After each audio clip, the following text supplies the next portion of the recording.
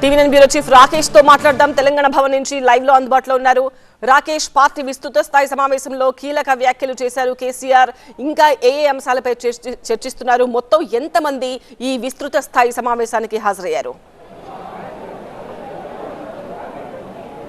కేసీఆర్ ప్రసంగం మొదలైంది. కేసీఆర్ ప్రసంగం మొదట్లోనే కేసీఆర్ని దూషించడం, కేసీఆర్ని అవమానించడం, పార్టీని దూషించడం, పార్టీ నేతల్ని అవమానించడం, ఇష్టం అంటూ మాట్లాడడం, ఇది మాత్రమే కాంగ్రెస్ ఎజెండాగా, కాంగ్రెస్ విధానంగా కనిపిస్తుందంటూ మొదలుపెట్టారు. కేవలం కేసీఆర్ని తిట్టడం వల్లనే స్పీచ్లు మొదలవుతున్నాయి, తిట్టడంతోనే స్పీచ్లు ఎండ్ అవుతున్నాయి. ఇది మాత్రమే చాలా రోజుల నుంచి గమనిస్తున్నటువంటి విధానం. మంత్రులు అదేవిధంగా ఉన్నారు, కాంగ్రెస్ ఎమ్మెల్యేలు అదేవిధంగా ఉన్నారు, ముఖ్యమంత్రి అదేవిధంగా ఉన్నారంటూ ఆయనే మొదలుపెట్టారు. ఆ తర్వాత ఎక్కడైతే గ్రామ పంచాయతీ ఎన్నికల్లో మెరుగైన ఫలితాలు సాధించారో అందరికీ అభినందనలు అంటూ చెప్పారు. నేతలందరూ బాగా కష్టపడ్డారు, మంచి ఫలితాలు సాధించారు. ప్రభుత్వ వ్యతిరేకత అనేది స్పష్టంగా కనిపిస్తుంది. ఒకవేళ పార్టీ గుర్తుతో జరిగే ఎన్నికలైతే ఇంకా చాలా మెరుగైనటువంటి ఫలితాలు వచ్చేవి, ప్రభుత్వ వ్యతిరేకత ఇంకా క్లియర్గా కనిపించేది, పార్టీ సత్తా కూడా కనిపించేది అంటూ చెప్పారు. ఇక పార్టీ మారినటువంటి ఎమ్మెల్యేల విషయంలో స్పీకర్ తీసుకునే నిర్ణయం పట్ల మళ్ళీ న్యాయస్థానాలకు వెళ్దాం, ప్రజల్లోకి వెళ్దాం, ప్రజలకు వివరిస్తాం, ప్రజలకు వివరించి వాళ్ళు చేస్తున్నటువంటి అనైతిక అప్రజాస్వామిక వ్యవహారాన్ని ప్రజల్లోకి తీసుకెళ్దామంటూ కూడా చెప్పారు. ఇక ఇంతకుముందే పాలమూరు ప్రాజెక్టుకు సంబంధించినటువంటి సబ్జెక్ట్ స్టార్ట్ అయింది, దానిపైన మాట్లాడుతున్నారు. దాంతోపాటు కొంతమంది నేతల్ని ప్రత్యేకంగా అభినందిస్తారు. ఎవరైతే పంచాయతీ ఎన్నికల్లో మంచి పర్ఫార్మెన్స్ చూపించారో వాళ్ళందరినీ కూడా ప్రత్యేకంగా అభినందిస్తున్నారు.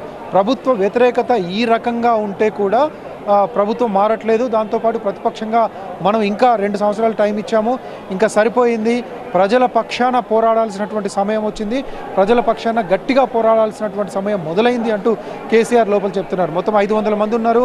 దాంట్లో ఎంపీలు, ఎమ్మెల్యేలు, ఎమ్మెల్సీలు, అదేవిధంగా మాజీ ఎంపీలు, మాజీ మంత్రులు, మాజీ ఎమ్మెల్యేలతో పాటు మాజీ జడ్పీ చైర్మన్లు, కార్పొరేషన్ల చైర్మన్లు, దాంతోపాటు పార్టీకి సంబంధించినటువంటి రాష్ట్ర కార్యవర్గం, జిల్లా అధ్యక్షులు, వీళ్ళంతా కూడా లోపల ఉన్నారు. కేవలం ఎవరైతే ఇన్వైటీస్ ఉన్నారో వాళ్ళు మాత్రమే లోపలికి పంపించారు. సుదీర్ఘంగా 3 నుంచి 4 గంటల పాటు కేసీఆర్ ప్రసంగం ఉండబోతుంది. అన్ని అంశాలపై కేసీఆర్ మాట్లాడతారు.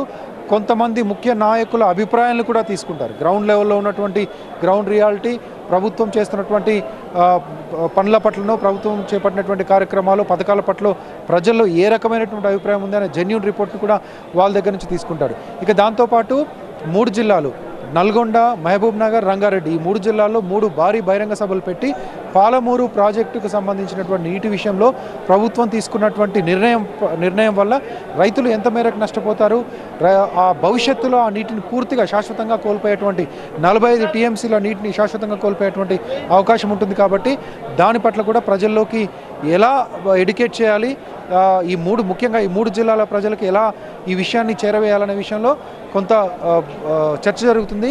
కేసీఆర్ కూడా కొన్ని చెప్తారు, యాక్షన్ ప్లాన్ కూడా దీంట్లోనే రూపొందిస్తారు.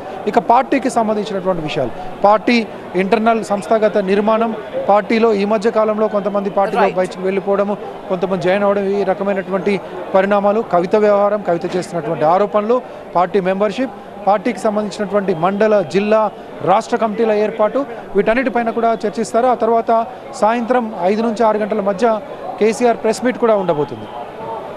రైట్ రాకేష్.